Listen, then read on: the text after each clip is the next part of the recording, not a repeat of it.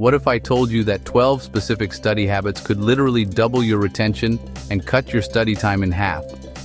Imagine finishing your work by 6 p.m. every day, with your evenings completely free. Imagine walking into an exam feeling not just prepared but confident, knowing the information is locked in your memory, ready to be recalled. This isn't about studying harder, it's about a fundamental shift in how you approach learning. It's about transforming those long, grueling nights of cramming into shorter, more effective, and dare I say, more enjoyable sessions. We're talking about a system that gives you back your time, reduces your stress, and dramatically improves your results. It sounds too good to be true, I get it. We've all been told that success in school requires sacrifice, that it means endless hours chained to a desk, fueled by caffeine and sheer willpower. But stick with me. This isn't magic, it's neuroscience. The strategies we're about to unpack are grounded in decades of cognitive science research.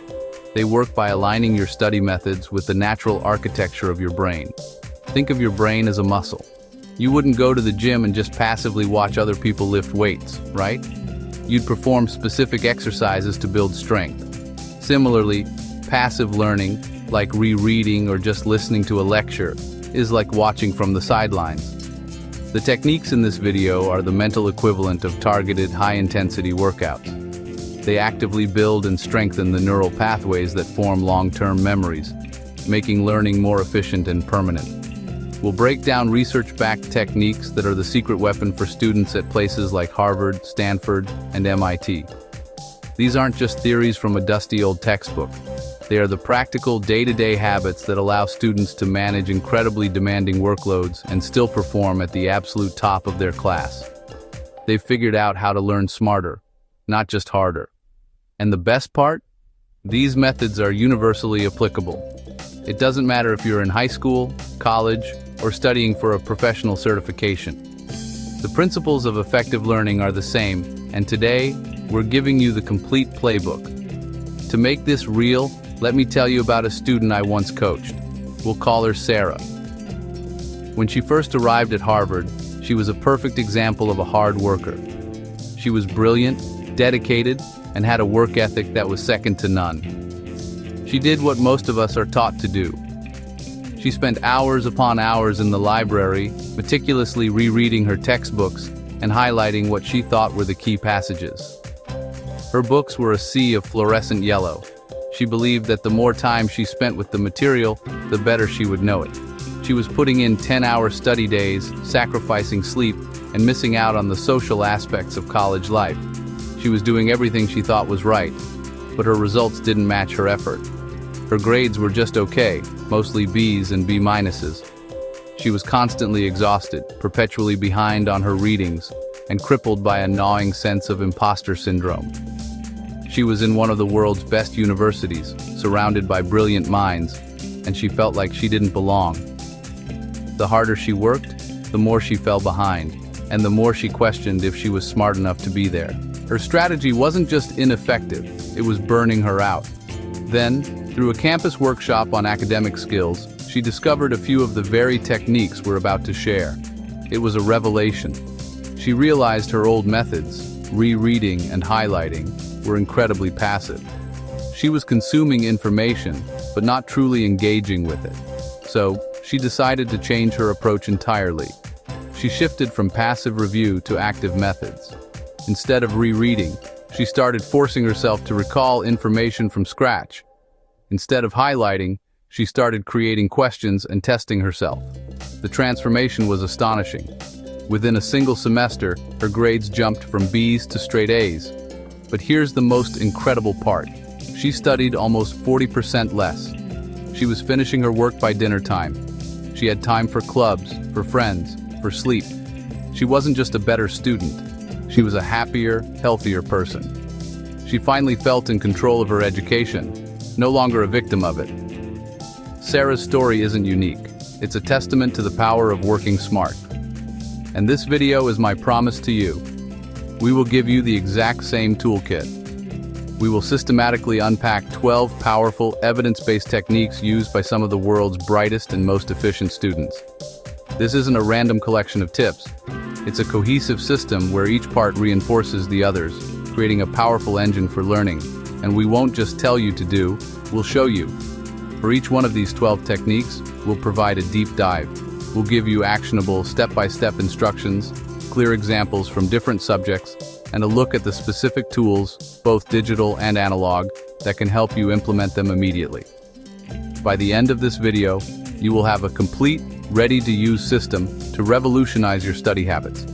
This is going to be a dense, value-packed session. So, if you're ready to transform how you learn, to get better grades in less time, do two things for me right now. Hit that like button to let me know you're in, and more importantly, save this video. You'll want to come back to this as you build your new study system. We've included chapters below so you can easily navigate and revisit specific techniques. But for your first watch, I strongly recommend you watch it all the way through. These techniques are designed to build on each other, creating a synergistic effect that is far more powerful than any single tip in isolation. Ready to build your new brain? Let's get into the first, and arguably most important technique in the entire system. This is the foundation upon which everything else is built. But before we do, if you're serious about achieving elite-level academic performance, make sure you subscribe and turn on notifications. Our channel is dedicated to bringing you high-performance learning strategies that boost your grades and, more importantly, save you time.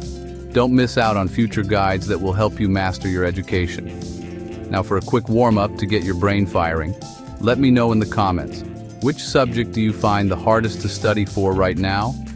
Is it the complex formulas of physics, the vast vocabulary of biology, the abstract theories of philosophy? Go ahead, type it in. Understanding your biggest challenge is the first step to conquering it. All right, let's dive in. Technique number 1, active recall. All right, let's dive into the heavy hitters, the techniques that separate the A students from everyone else. First up, the undisputed champion of effective learning, active recall. At its core, active recall is the simple act of actively retrieving information from your memory rather than passively rereading or highlighting it.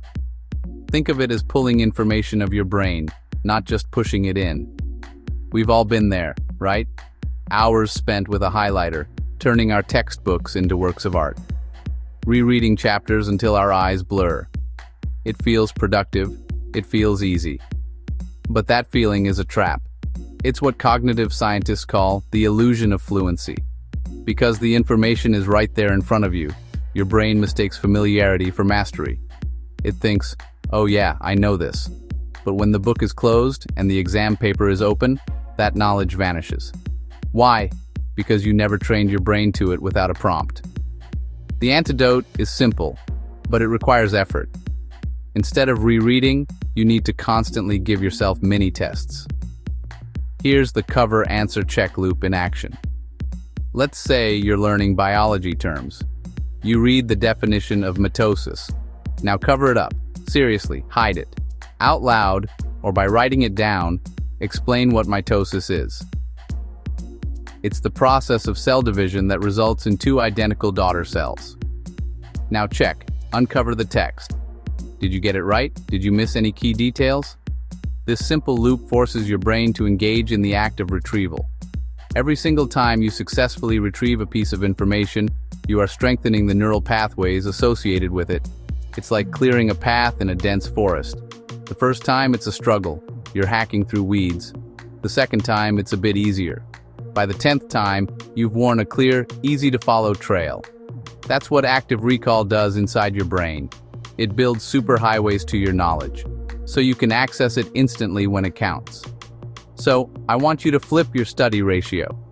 If you have an hour to study, don't spend 50 minutes reading and 10 minutes quizzing. Do the opposite. Spend 15 minutes reviewing the material and 45 minutes actively recalling it. This brings us to the perfect tool for active recall, the humble flashcard. But not just any flashcard. The front of your card must have a specific, clear question, not just a vague keyword like cell membrane. A good question forces a detailed response. What are the four main functions of the cell membrane? Is 1,000 times better than just cell membrane. On the back, the answer should be concise and broken down into essential bullet points. No long paragraphs. You want the core ideas stripped of fluff. Stick to one core concept per card. If you try to cram too much on one card, you'll dilute its power. Now for the most important part, be brutally honest with yourself. When you test yourself, did you get it 100% right? If you hesitated, if you missed a key point, it goes into the review again pile. No exceptions. If you nailed it instantly, you can move on. This isn't about ego. It's about identifying your weak spots so you can fix them. Here's your action step for active recall. Pause this video and make one flashcard from something you learned recently. Write a real question and a concise answer. Now, test yourself. Feel that mental effort, that slight strain? That's not confusion. That's the feeling of your brain getting stronger. That's learning. Now, making great flashcards is only half the battle. The other half is knowing to review them. This leads us to our second technique. Spaced repetition. The science is clear. We forget things exponentially. You can learn something perfectly today and forget 70% of it within a week. This is called the forgetting curve. Spaced repetition is the genius method of interrupting this curve at the exact right moment, just before you're about to forget. Each time you review, the memory gets stronger, and the rate of forgetting slows down. This means you can wait longer and longer between reviews. You can do this manually with a simple schedule. Review a new card after 1 day, then 3 days later, then 1 week, 2 weeks, and finally, 1 month. This simple system is incredibly effective for locking information into your long-term memory. But who has time to manage hundreds of cards on a manual calendar? This is where technology becomes your superpower. Use a spaced repetition system, or SRS app. The most famous one is Anki, but there are many others. These apps automate the entire process for you. Here's how it works. After you see the answer to a card, you rate how difficult it was to recall. Did you forget completely? Mark it again. Was it tough? Hard. Did you get it with a little thought? Good. Was it instant? Easy. Based on your feedback, the algorithm calculates the perfect time to show you that card again. It learns your personal forgetting curve for every single piece of information. It's like having a personal tutor who knows exactly what you need to study and when. Your action step for spaced repetition is to build a daily habit. At the end of each day of learning, make just 5 to 10 high-quality flashcards for the most important new concepts. Then, commit to clearing your review queue every single morning. It might only take 10-15 minutes, but that daily consistency is everything. It's the difference between cramming and truly knowing. Okay, we know to do active recall, and to do it, spaced repetition. But do we do it without getting distracted every 5 minutes? That brings us to our third technique. The Pomodoro Technique. It's deceptively simple. You work with intense, laser-like focus for 25 minutes, followed by a mandatory 5-minute break. During those 25 minutes, there are no compromises. Your phone is silenced and out of sight. All notifications are off. All irrelevant tabs are closed. It is you and one task. The key to a successful Pomodoro is clarity. Before you hit start on that timer, you must define one specific, achievable task. Not study for my exam. That's too vague. Instead, get granular. Complete 15 active recall questions for Chapter 3, or outline the first section of my lab report. This clarity eliminates decision-making and allows you to dive straight into deep work. You might think, only 25 minutes? I can study for hours. But can you really? The magic of the Pomodoro is in the quality, not the quantity. Those 25 minutes of pure, uninterrupted focus can easily outperform an hour of fragmented, half-focused studying where you're constantly task-switching. It trains your brain to enter a state of flow on command. The break is just as important as the work session, but it has rules. This is not the time to check Instagram or get into a text debate. That just primes your brain for more distraction. Your break is for resetting. Stand up, stretch, hydrate, look out the window, maybe do a few jumping jacks. Let your mind rest so it's ready for the next sprint. What if you finish your task early? Does that mean you get a longer break? Absolutely not. The 25-minute block is sacred. If you finish with time to spare, use it to overlearn. Review what you just did. Tidy up your notes. Think about how this concept connects to others. You work until the timer rings. This discipline builds mental endurance. The real power comes from stacking Pomodoros. After 4 or 5 sessions, you take a longer break of 15 to 30 minutes. Let's do the math. 5 focused Pomodoros isn't just 2 hours of work. It's 125 minutes of pure, high-quality deep work, plus about 20 minutes of strategic rest. That's a recipe for incredible productivity. So I'm curious, what's your natural style? Quick poll, are you on Team Pomodoro, thriving on focused sprints? Or are you on Team Marathon, preferring long, unbroken study sessions? Let me know in the comments below. There's no right answer, but the science leans heavily towards the sprints. Now that we have our core system, active recall with spaced repetition, all powered by Pomodoro Focus, we can get even more advanced. Next up, we're going to explore interleaving, the counterintuitive technique of mixing up different topics. We'll see why it feels harder, but makes your learning far more robust and flexible. If you're finding this valuable and are serious about leveling up your study game, do me a favor and hit that like button. It tells the algorithm that this is good stuff. And be sure to save it so you can reference these techniques before your next big study session. And if you haven't already, subscribe and turn on notifications. We're just scratching the surface. I'm sharing elite strategies designed to not only boost your grades, but more importantly, to save you time and reduce your stress. On to technique 4. All right, let's dive into our next set of powerhouse techniques. Starting with number 4, interleaving. Now, we've all been there, right? You sit down to study, say, for a math exam. You do 20 problems of type A, then 20 of type B, then 20 of type C. This is called blocking, and it feels great. You get into a rhythm, you feel like you're mastering each concept, and your confidence soars. But here's the hard truth. That feeling is often an illusion of competence. Blocking feels good fast, interleaving feels harder, but leads to deeper, more durable learning. So what is interleaving? Instead of practicing one skill at a time, you mix different concepts or problem types within a single study session. Imagine you're studying calculus. Instead of doing 30 problems on the product rule, then 30 on the chain rule, you'd tackle a mixed set. A few product rule problems, then a chain rule, then a quotient rule, then back to the chain rule. You mix problem types in one session, then circle back. This forces your brain to do the hard work of first identifying the problem it's looking at and retrieving the correct strategy to solve it.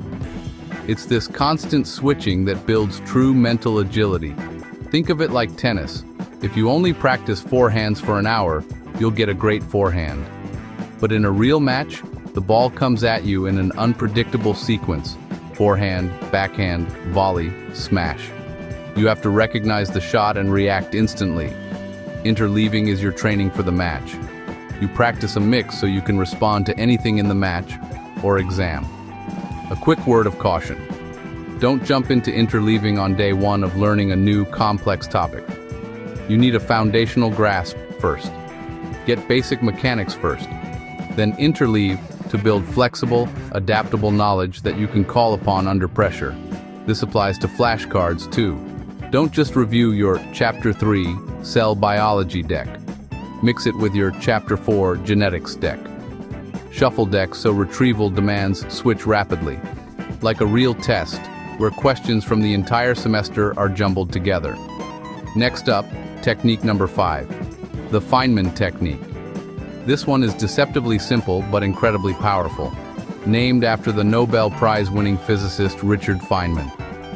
The core idea is this: if you can't explain it simply, you don't truly understand it.